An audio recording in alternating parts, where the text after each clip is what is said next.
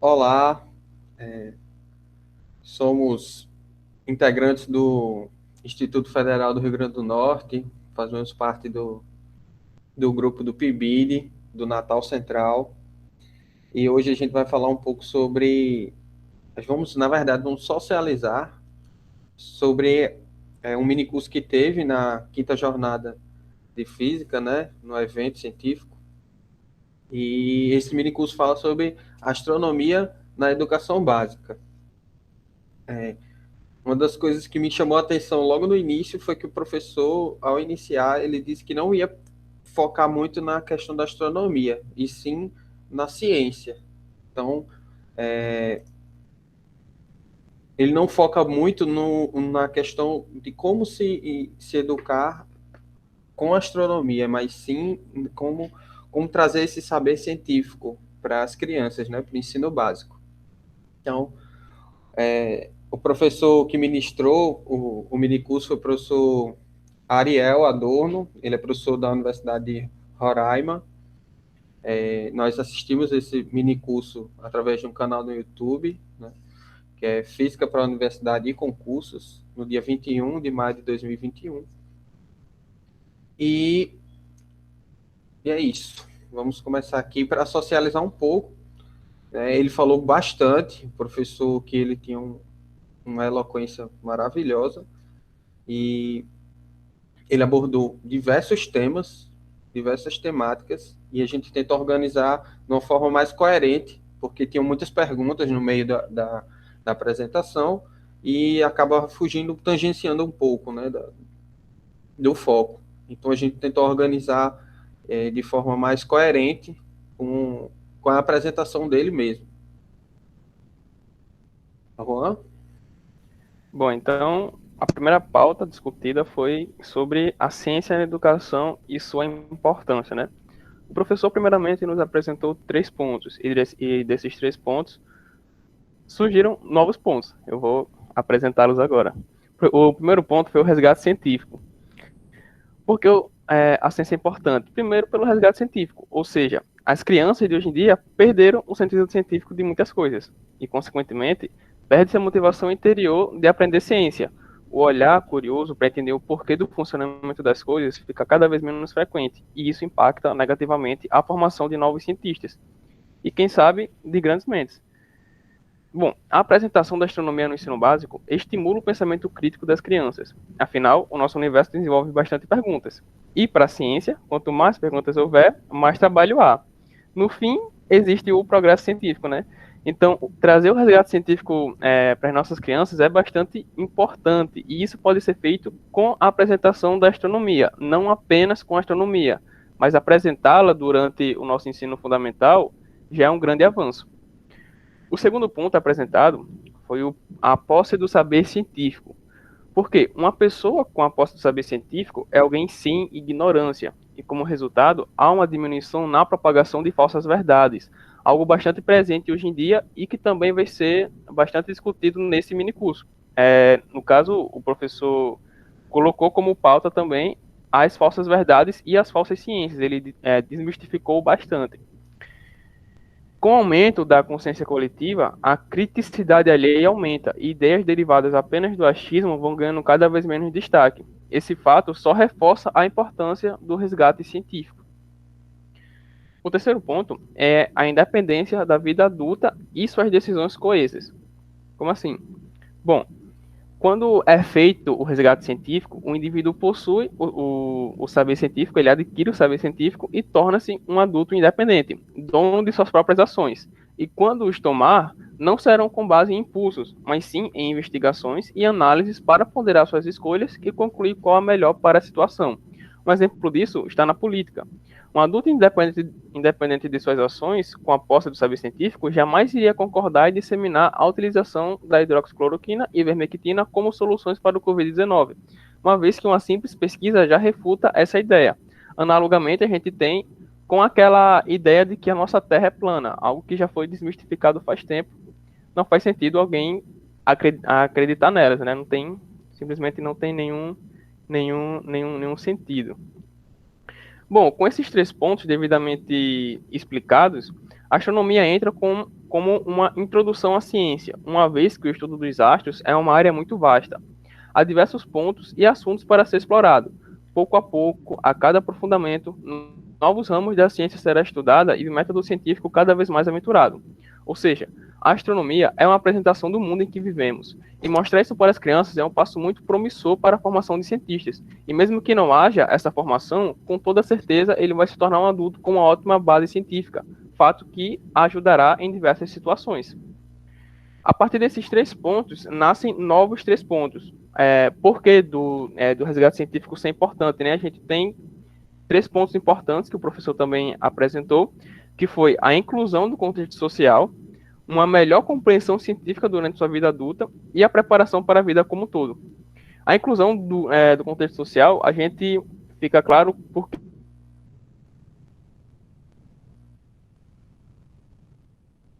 a gente fica imerso nesse mundo, a gente consegue compreender o contexto em que a gente está. Obviamente a gente não quer criar uma criança que seja, desde pequeno, seja totalmente, completamente polarizada em relação à política, não, isso aí não. A gente só quer que ela não ache que está ali sem nenhum sentido. Ela vai saber, por exemplo, em relação ao meio ambiente, ela vai saber que ela e o meio ambiente estão coexistindo, mas quem tem que se adaptar ao ambiente é ela, e não o meio ambiente. Não sei se deu para entender, mas é basicamente essa a ideia. Há também uma melhor compreensão científica durante toda a vida adulta. Quando a gente possui uma base boa, a gente consegue desenrolar bastante coisa quando a gente vai se aprofundando. Tanto que, quando a gente pergunta a alguém que já faz o ensino superior e pergunta o que eu posso estudar para fazer cálculo 1 ou cálculo 2, então, vou iniciar um curso em física, o que eu estudo primeiro? Praticamente 90% das pessoas vão dizer, melhore a sua base. Melhore a sua base porque o início é o melhor passo. O desenvolvimento se dá naturalmente, mas você tomar a iniciativa é a melhor parte. E quando a gente está no ensino fundamental, se a gente for introduzido a essa visão científica, se a gente for introduzido no meio científico, a gente naturalmente irá desenvolver. E aquele preconceito de que física, química, matemática é um bicho de 7 cabeças, a gente acaba. Peraí que o professor mandou mensagem, eu me desconcentrei. Essa ideia de que é um bicho de 7 cabeças acaba indo abaixo, né? A gente fica cada vez mais familiarizado com a ciência e vê que não é nada tão complicado. E aí a gente tem também a preparação para a vida como um todo. Bom, aí eu acho que não precisa explicar, né? Porque tendo todos esses pontos devidamente aplicados, a gente vai se tornar um adulto bem formado, bem estruturado, com uma certa noção do que é o método científico, aplicá-lo em nossas decisões e não ser influenciado por outros. A gente mesmo conseguir saber o que a gente quer da vida e saber o que é bom para o mundo em que a gente está. Beleza? É isso aí. O professor também, ele bateu bastante na tecla em que a gente não pode ser só físico, a gente não pode ser só químico, ou não pode ser só matemático, a gente tem que ser cientista. A gente sempre tem que estar imerso em diversos assuntos, a gente sempre tem que estar imerso em toda a ciência. Ele sempre também fala de como a filosofia e a física andam juntos. Então, é bastante importante saber disso, né? Bastante importante saber que a gente não pode ficar só em um lado do muro. A gente tem que estar sempre indo e voltando nos dois lados, tanto no lado da humana quanto no lado das exatas, porque só um ou só outro não sobrevive. Tem que estar sempre equalizando os dois. E assim a gente consegue ser um cientista completamente formado, né? É isso aí. Agora pode passar aí. Arrocha aí, Elson. Desculpa aí que o microfone ficou desligado. Enfim, continuando esse raciocínio de Juan, sobre essa questão da introdução da ciência no ensino básico, o professor ele frisou muito essa questão da filosofia, como o Juan acabou de falar, que é fundamental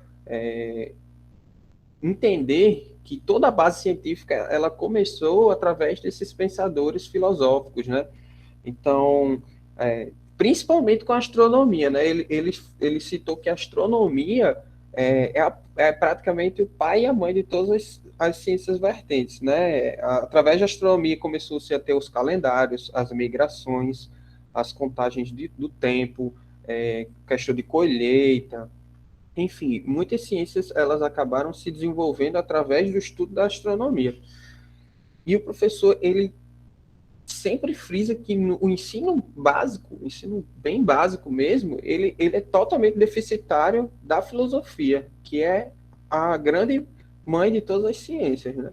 Então, a sociologia, a filosofia, ela vem para não para complementar, porque jamais elas ficaram separadas, né?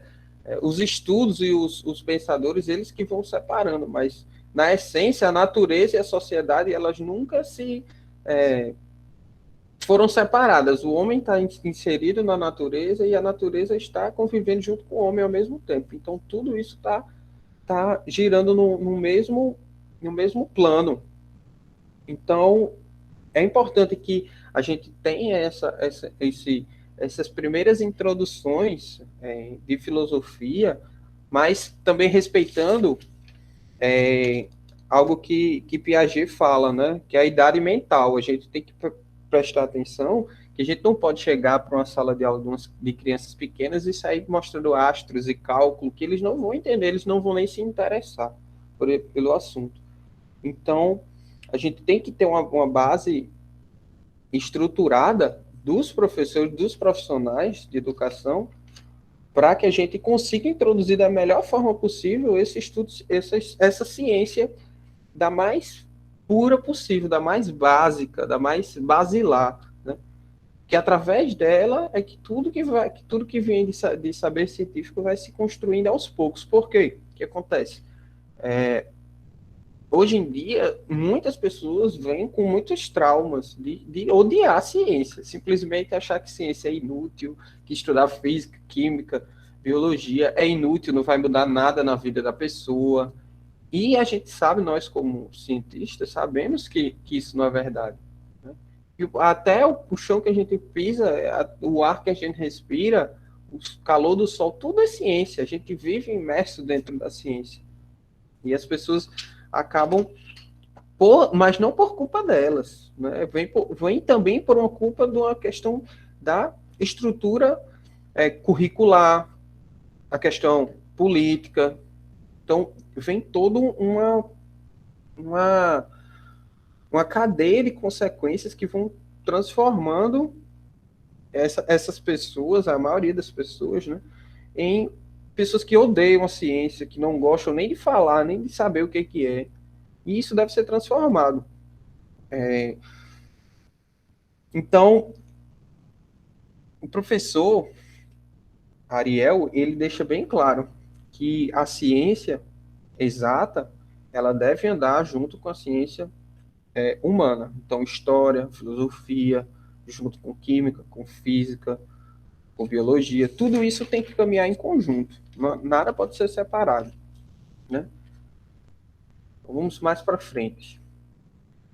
Uma coisa que o professor Ariel falou que é muito importante é essa questão da desmotivação e desvalorização do docente.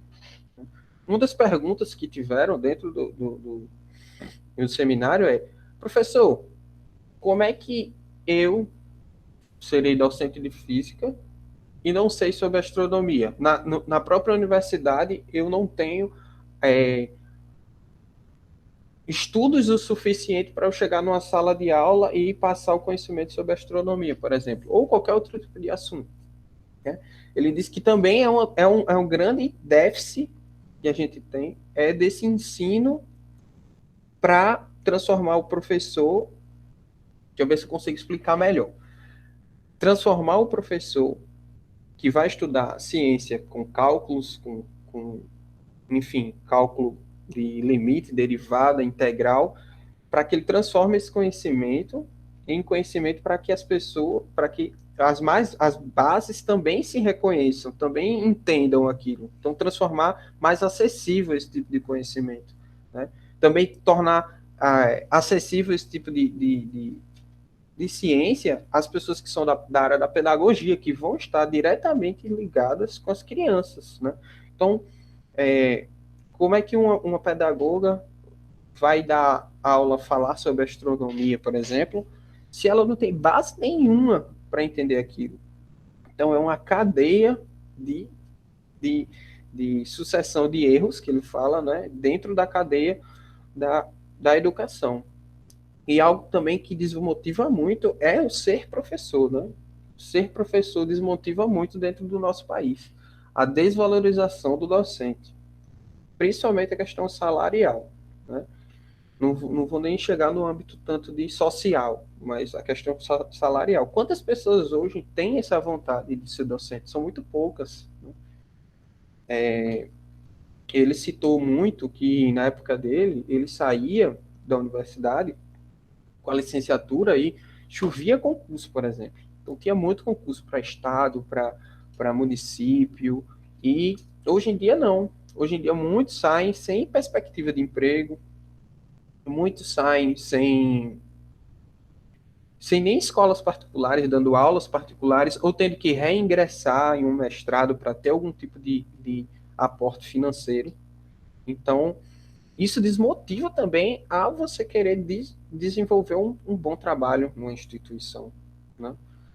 As instituições privadas, elas também não são muito boas para que o professor desenvolva o trabalho que ele deseja, diferente de uma universidade, de um instituto federal, que eles dão realmente um pouco mais de liberdade para que o professor ele crie mais, crie projetos, dê uma aula mais diferente, uma aula mais diferente das escolas particulares, que é muito enrijecido, é muito duro, né? Bem capitalismo mesmo, de empregado, empregador, o empregado tem que receber ordens e trabalhar exatamente como o empregador quer, resultados. Então, isso tudo desmotiva e deixa o professor sem vontade alguma de querer transformar mesmo, né? É porque vive em um ambiente tão hostil, de tanta desigualdade, que desmotiva muito para que um professor de física, por exemplo, vá atuar numa sala de ensino básico. Né? Vá lá e entre num projeto para ensinar astronomia para as crianças ou para ensinar uma química diferente para as crianças fazer experimentos, porque fica isolado dentro da sala de aula dele. Né? Em algumas instituições tem projetos como o PIBID, né, que atua dentro das escolas. A gente não está num período hoje de atuação direta, né? A gente está fazendo uma atuação mais remota, mas o PIBID ele atua diretamente na escola, mas tem outras universidades e diversos outros profissionais sendo formados que não têm essa oportunidade, que é fundamental para o professor, né? Então, a desvalorização e a desmotivação do docente, ela é fundamental para essa falta de conhecimento científico basilar, né? Deixa eu ver se tem mais alguma coisinha. Não. Vamos passar para frente. Pode Bom, falar. aí o professor também falou que a gente acha que só existe grandes físicos de fora, né? Porque a gente vê muito o nome de Albert Einstein, Erwin Schrödinger, Bohr. Aí a gente pensa, não, mas será que tem grandes físicos aqui? E obviamente que tem bastante, né? O professor mostrou alguns. O primeiro deles foi esse carinha, esse cabo bonito aí, o Mário Schoenberg. Ele foi um físico, matemático, político e crítico de arte brasileiro. Ele é considerado o maior físico teórico do Brasil. Schoenberg publicou trabalhos nas áreas de termodinâmica, mecânica quântica, estatística, relatividade geral, astrofísica e matemática. Um desses trabalhos foi o processo Urca, o limite de Schoenberg-Shadranska, como é o nome? Shadranska, eu acho. Aí tem a mecânica quântica e geometria algébrica, que esse assunto é um pouco avançado para mim, mas basicamente ele sugere algumas modificações nas álgebras geométricas, dizendo que elas podem ser escritas em termos da álgebra de Grassmann, comutativas e anticomutativas. Aí, além disso, ele pode ter também adições de operadores independentes na álgebra de Heisenberg. É uma definição, eu não entendo muito bem, mas a definição é essa aí. Acredito que... Mas o professor, ele meio que ele não foca nessa parte do que eles fizeram. Eu tô meio que tô falando isso como um aditivo, mas eles fez mais só uma exposição mesmo. O processo Urca é uma teoria de processos nucleares na formação de estrelas supernovas. O ciclo de reação, no qual o núcleo perde energia para absorver um elétron e remitir uma partícula beta em um par neutrino-antineutrino. Isso leva à perda de pressão interna e, como consequência disso, há um colapso e uma explosão da estrela na forma de uma supernova. E o limite de Schoenberg-Chadranska é o cálculo feito para descobrir qual a maior massa nuclear que pode ter um núcleo de uma estrela em que não mais ocorram reações de fusão nuclear, mas que consiga suportar o peso das camadas mais externas. Okay? E aí o outro, esse cara que é bem conhecido, o César Lattes, né, dos currículos lá, mas ele não é, ele é um pouco mais do que isso. A gente vai ver porque ele foi o co-descobridor do meson pi, né, o pion também é chamado. Mas acredito que todo mundo fala meson pi mesmo, acho que ninguém fala pion. E essa descoberta levou ele à concessão do Prêmio Nobel de Física. Na verdade, não levou ele, né, levou ao seu líder de pesquisa, que era o Sensio Frank. Além disso, Lattes é um dos mais ilustres físicos do Brasil. Seu trabalho foi fundamental para o desenvolvimento da física atômica no país, como eu acabei de falar, né? Ele descobriu o meson pi. Ele também foi um grande líder no meio científico brasileiro e um dos principais responsáveis pela criação do Conselho Nacional de Desenvolvimento Científico e Tecnológico, o famoso CNPq, não é isso? Tem o Márcio Gleiser, que é esse homem aí. Ele é um físico, astrônomo, professor, escritor e roteirista brasileiro. Ele é atualmente pesquisador e professor da Faculdade de Dartmouth, nos Estados Unidos. Ele é conhecido por suas aulas, quer dizer, lá nos Estados Unidos, ele é conhecido por suas aulas e pesquisas científicas. E no Brasil é mais popular por suas colunas de divulgação científica no Jornal da Folha de São Paulo. No jornal, na verdade, não da Folha de São Paulo, é no jornal Folha de São Paulo. Ele escreveu 8 livros e publicou 3 coletâneas de artigos, todos envolvendo a astronomia. Eu poderia citar aqui os 8 livros, mas eu preferi não, porque todos, apesar de ser com frases com metáforas e tal, alguns são romances, mas todos eles envolvem mesmo a astronomia. Por isso que eu só resumi. Tem essa moça aí, a Duília de Mello. Ela é uma astrônoma, professora e escritora brasileira, radicada lá nos Estados Unidos. E ela colabora com equipes da NASA desde 1997 e é uma das autoras da imagem das profundezas do universo tirada com o telescópio espacial Hubble pelas equipes HDFS, GOODS, CANDLES e UVUDF. A cientista foi responsável pela descoberta da supernova. A supernova, o nome era SN 1997D. Ela participou da descoberta das bolhas azuis, conhecidas como orfanatos de estrelas, por darem origem a estrelas fora das galáxias. Beleza? E há o Antônio Nunes de Oliveira Vieira, né, que ele é um dos anfitriões, né, desse evento que teve. Além disso, ele é físico, coordenador e idealizou esse evento aí de popularização e divulgação da ciência.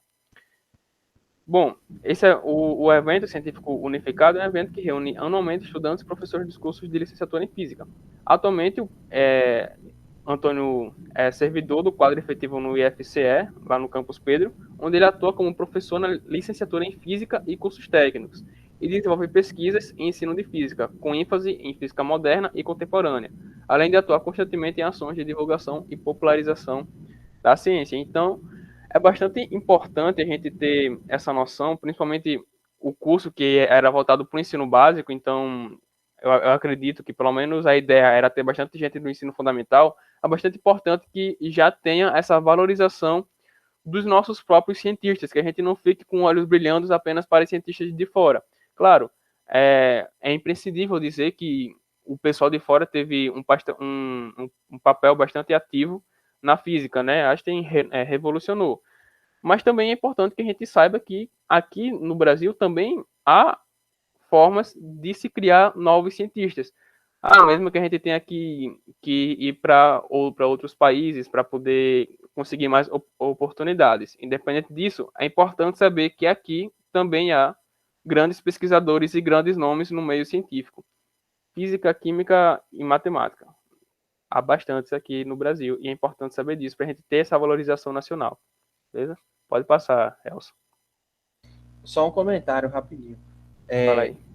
Ele chamou muita atenção a esses nomes que talvez alguns de vocês já conheçam, mas a maioria das pessoas nunca nem ouviu falar, para tentar incentivar as pessoas que estavam assistindo a continuarem na carreira docente, né? Que todos eles foram professores, alguns já acho que não estão nem mais por aqui, já desencarnaram, mas que para mostrar que é possível, com estudo, com empenho, é possível fazer ciência dentro do nosso país, em ciência de alto nível, ciência de alta complexidade. Exatamente. Duíla de Mello descobriu uma supernova, né? Só para só pegar aí o naipe. E o outro com o nome dele, o Lattes, né? Lattes, ele tava na equipe de pesquisa cujo líder ganhou um Nobel. Então, são nomes de bastante peso, se você for parar para analisar. Pode passar, Elcio. Pronto, e aí a gente vai no assunto que talvez a gente esteja mais atual, né? O perigo das falsas ciências. A gente, quem quem vai estudar física muitas vezes se depara com o assunto, porque eu preciso disso, né? Porque eu preciso de tal coisa. Há assuntos que a gente vê no ensino médio, claro que são assuntos bem específicos, mas o importante é que em cada assunto que a gente vê, a gente está sendo mostrado um método científico para nós. E, gente, saber disso é muito importante para tudo que a gente vai fazer na vida. Não precisa ser relacionado à ciência. Saber do método científico nos forma pessoas, nos forma humanos conscientes. Então, o professor ele mostrou, né, algumas falácias, algumas definições errôneas feitas para enganar o pessoal, né? Uma delas, usamos 5 a 10% do cérebro, né? O pessoal fala bastante isso aí. A gente usa 5 a 10% do cérebro. O cérebro aí, o órgão mais subestimado, né? Que só a gente só usa 5 a 10%, mais superestimado no caso, né? Porque, pô, imagina aí, a gente usando 5 a 10% do cérebro, a gente vive bem, basicamente, né? Imagina se usasse 100%. Mas, bom, a gente usa para fazer da mais simples até a mais complexa tarefa 100% do nosso cérebro. Tanto que estudos até comprovam que durante o sono parte dos cérebros estão ativos, né? Acho que isso aí não deve ser surpresa para ninguém, mas se alguém ainda tivesse alguma dúvida, a gente não usa de 5 a 10% do nosso cérebro. O nosso cérebro está constantemente ativo, até porque a gente nunca está fazendo só uma coisa. Enquanto eu estou explicando para vocês, eu tô articulando, estou mexendo a boca, estou piscando. Então, cada ação que eu faço é o meu cérebro quem coordena, né? Então, a gente usar só de 5 a 10% do cérebro é sacanagem. A gente não é nem mais humano aí, a gente já transcendeu. Bom, pote de ouro no final do arco-íris. Vale lembrar que o curso é feito para pré-educação básica, então só quis citar mesmo aqui, porque houve a citação. Então isso é mentira, obviamente, né? Não existe nada no fim do arco-íris. Até o arco-íris é só uma dispersão da luz, né? Não tem nenhuma relação com ouro ou nada do tipo aí. Aí veja bem, aconteceu uma coisa lá na Itália, né? Quando os caras mediram a velocidade de um neutrino e deu um valor maior que a velocidade da luz, né? Que isso aí foi colocado no artigo Oscillation Project Emission Tracking Apparatus. Essa descoberta de que um neutrino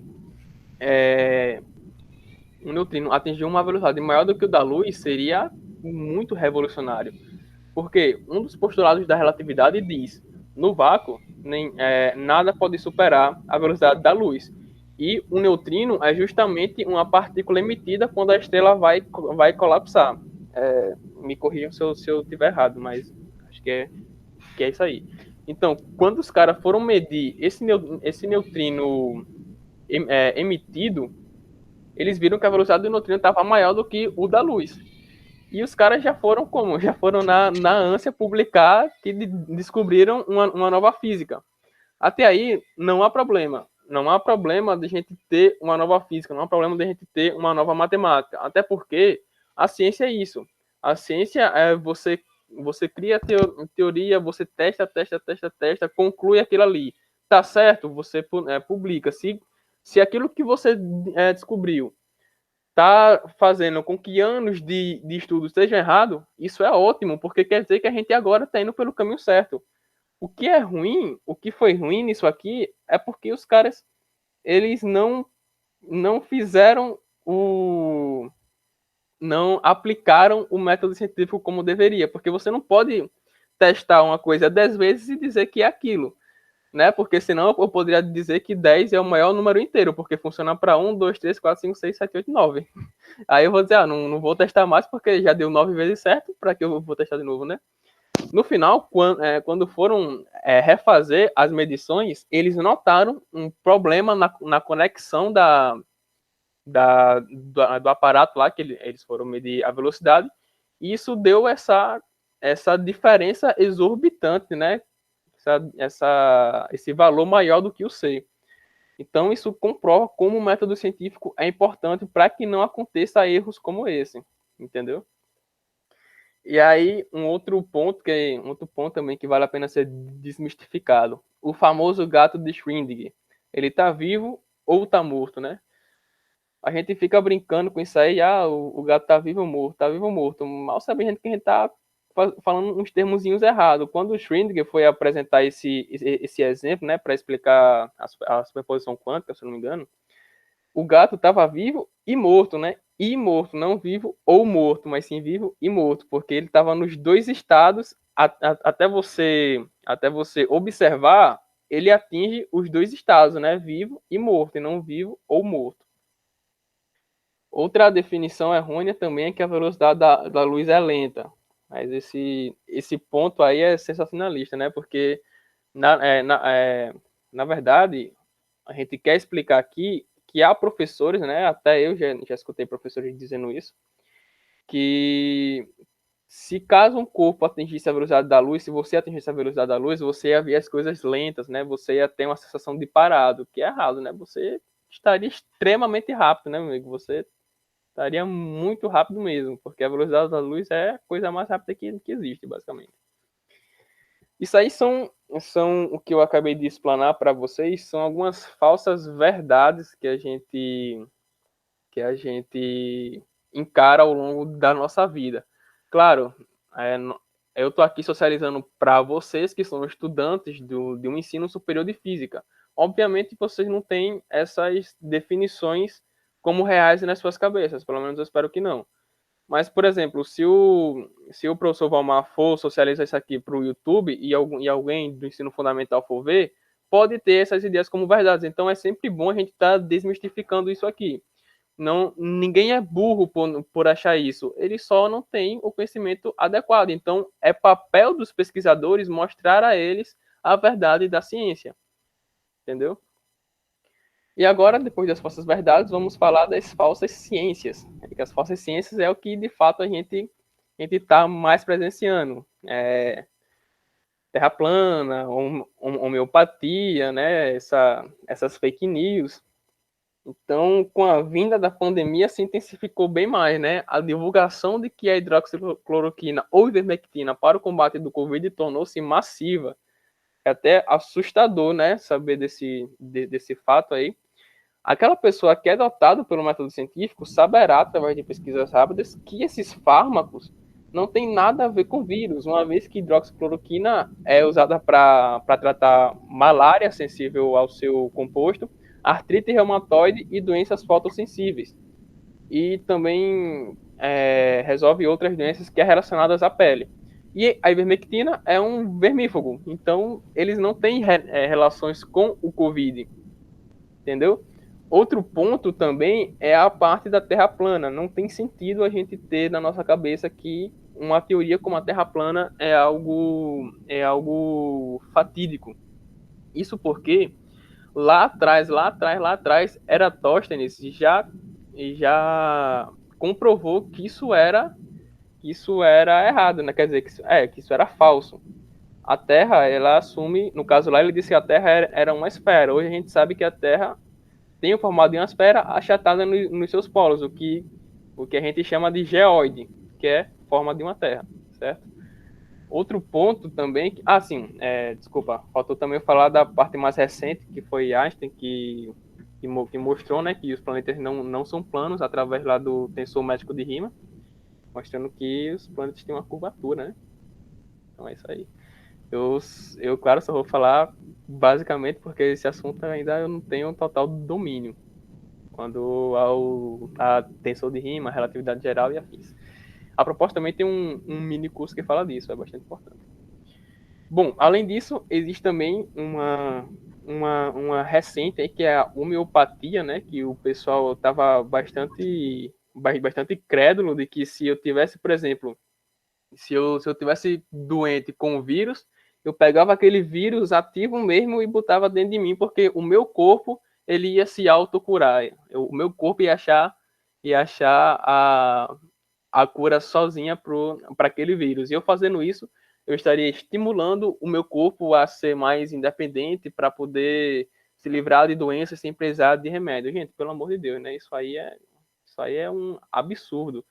Isso deveria ser até crime achar que isso é errado, porque isso aí pode tirar uma vida facilmente, né?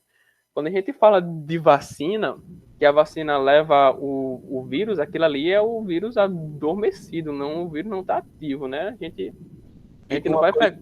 uma coisa bem importante que o professor deixou enfático foi que o perigo, a nocividade dessas falsas ciências, porque Exatamente. realmente matam pessoas mesmo, e não é poucas não, são muitas pessoas. Quantas pessoas não tomaram a cloroquina ou ivermectina e acharam que estavam imunizadas, contraíram a doença e acabaram morrendo? Então, assim, é muito, muito, muito nocivo, é muito perigoso, não só num âmbito pequeno, num âmbito global, né? Exato. E não só as falsas ciências relacionadas a remédio. O fato de pessoas acreditarem que a Terra é plana já levou muitas vidas também, né? Um fato que é bastante triste saber que pelo fato dessas pessoas não possuírem o saber científico, elas jogaram uma vida fora, né? Uma vida que poderia ser aproveitado de diversas formas. Teve um cara aí que queria provar que a Terra era plana, construiu um foguete sozinho, aí na hora de subir, na hora de decolar o foguete, antes de sair da parte mais baixa aqui da nossa atmosfera, o foguete só explodiu e ele morreu. Isso é bastante triste, porque ele morreu tentando provar uma teoria que há anos já estava provada como falsa. Não é isso? Então é isso aí, gente. Vamos ficar ligeiro aí quanto ao que a gente acredita. A gente tem que estar sempre. A gente tem que, independente de qualquer coisa, a ciência, eu não vou dizer que a ciência é a verdade absoluta, mas ela precisa ser o que a gente tem que dar aquele nosso voto de confiança, porque independente de nossa opinião, no final a ciência vai ser a mesma coisa, entendeu? Mas o que ele disse eu acabei de comprovar que estava errado, por que eu vou acreditar na ciência? Se você comprovou que está errado, significa que a gente agora tem a oportunidade de viver com aquela verdade. Ou seja, a gente tem a oportunidade de avançar mais e mais e mais. Isso que é o importante da ciência, é a capacidade que a gente tem de estar sempre inovando, de estar sempre melhorando e sempre caminhando para a evolução, entendeu? Porque, pelo menos agora pegando o pé da astronomia, a gente não sabe se existe vida fora da Terra. Então, até o momento, nós somos os únicos que podem entender o universo que a gente está imerso, entendeu? É bastante importante as definições, é bastante importante desmistificar isso para as pessoas. A gente nunca sabe, né, se aquela pessoa tem ou não uma formação adequada, certo? Isso aí, obrigado aí pela atenção de todos. E é isso. Elson, você tem mais alguma coisa para falar? Não, acho que a gente já pode encerrar, né? Pronto, então, Essa gente, Francis Bacon, conhecimento é poder, né? gente, eu recomendo fortemente vocês assistirem o mini curso. O que a gente explanou aqui para vocês foi só um pequeno resumo mesmo. O professor, ele é muito eloquente, ele fez muitas ligações entre física e história, física e filosofia, Ele porque, falou muito sobre filósofos, história de filósofos, só que a gente não se atentou a isso, porque senão ia ficar quase um mini curso, né? 3 horas. Então, a gente se atentou mais aos pontos mais cruciais. Mas ele falou muito bem, muita coisa sobre história, muita coisa sobre, enfim. exatamente, ele resgatava muitos fatos históricos sempre para dar peso ao que ele estava falando, né, para argumentar a favor do que ele estava explanando para a gente. Então, ele não fala, ele não se atenta à astronomia, mas ele pega a astronomia como um degrau para ele falar da importância da ciência como um todo, entendeu? Então isso é bastante importante até para a gente se perguntar sobre o que a gente está fazendo aqui nesse curso de física. A gente está querendo aqui ser só um físico, ser só mais um, ou a gente está querendo fazer a diferença no nosso ensino, entendeu? Então é bastante importante causar essa reflexão em si mesmo e também é bastante importante devido à carga de conhecimento que você adquire ao assistir o mini curso.